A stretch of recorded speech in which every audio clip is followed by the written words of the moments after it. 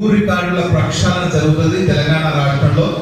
నిజాం ప్రభుత్వం తర్వాత మళ్ళొకసారి అవకాశం వచ్చిందని మొత్తం తెలంగాణ సమాజమే ఆశపడ్డది. అయితే జరిగి మనం అనుకున్నది ఒకటి, జరిగింది ఒకటి. కేసీఆర్ ఆయన కుటుంబ సభ్యులు లక్షలాది ఎకరాలు వాళ్ళ పేరిట కబ్జా చేసి వాళ్ళ 1,00,000 కోట్ల అవినీతికి ధరణి వల్ల పాల్పడ్డారని మేమన్నాను కాదు. గత శాసనసభ ఎన్నికల సందర్భంగా ఇప్పుడు ముఖ్యమంత్రిగా ఎన్నికైన రేవంత్ రెడ్డి గారే అన్నారు. కాబట్టి చాలా డ్రకోనియన్ లా బాగా ఇబ్బందికరమైన పరిస్థితుల్లో రైతాంగాన్ని రైతుల్ని నెట్టిన ఈ చట్టం ఇవాళ గుడ్డదాఖలైంది. కొత్త చట్టం వచ్చింది. రైతుల్లో మళ్ళీ ఆశలు రేకెత్తినాయి. ఇప్పుడే మన అనుకోడ గ్రామస్తురాలు ఒక విషయం చెప్తాము. వాళ్ళ పార్టీషన్ ఏదైతే వారసత్వంగా వచ్చిన భూమి వాళ్ళ తండ్రులు పంచుకోవాలి, కానీ ఒకరి పేరు మీదనే పట్టా అయిపోయింది. లేకుంటే మెయిన్ గా జరిగేది ఏంటంటే గతంలో ఉన్న చట్టానికి ఈ చట్టానికి గతంలో ఏదైనా ఒక పట్టాల పాస్ పుస్తకం ఇష్యూ అయిన తర్వాత ఎంఆర్ ఆఫీస్ లా ఇక ఎవ్వరు ఏమి చేయడానికి లేదు. ఆర్టీఓ గారికి అధికారం లేదు, కలెక్టర్ గారికి అధికారం లేదు. మళ్ళా వకీల్ దగ్గరికి పోవాలి, కోర్టులో కేసు వేయాలి. అది ఒకటి. రికార్డుల్లో తప్పుల సవరణకు అవకాశం ఉన్నది.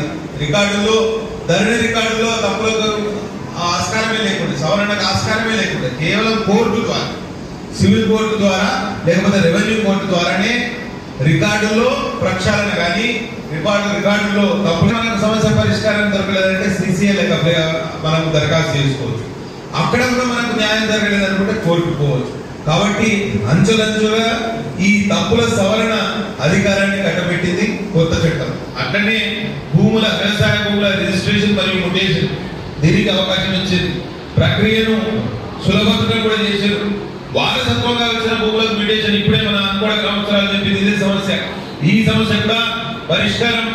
మొత్తం తండ్రికి 3 కొడుకులుంటే ఆ 3కి నోటీస్ ఇచ్చి ఆ భూమి సర్వే చేసి ఇన్ని రోజులు మనం ఏదైనా భూమి రిజిస్ట్రేషన్ చేసుకుంటామంటే సర్వే ఉండేది కాదు. అలానే ఇతర మార్గాల ద్వారా అంటే ఏదైనా అసైన్మెంట్ పట్టా కానివ్వండి, వీళ్ళ సేఫ్ సర్టిఫికేట్ ద్వారా ఏదైనా వచ్చిన పట్టాల క్రమబద్ధీకరణ జరుగుతుంది. అంటే సాధారణ పట్టాల క్రమబద్ధీకరణ కూడా మళ్ళీ ఒక వ్యవస్థలో గ్రామ రెవెన్యూ రికార్డు. ఈ రోజు గ్రామ విఆర్ఓ లేదు. మనకి గ్రామంలో ఉన్న రికార్డు ఏదైనా కావాలంటే ఎవరి దగ్గర పోవాలో తెలియదు, ఎంఆర్ఓ దగ్గర కూడా లేదు. అంత అమాన్యత అయిపోయింది.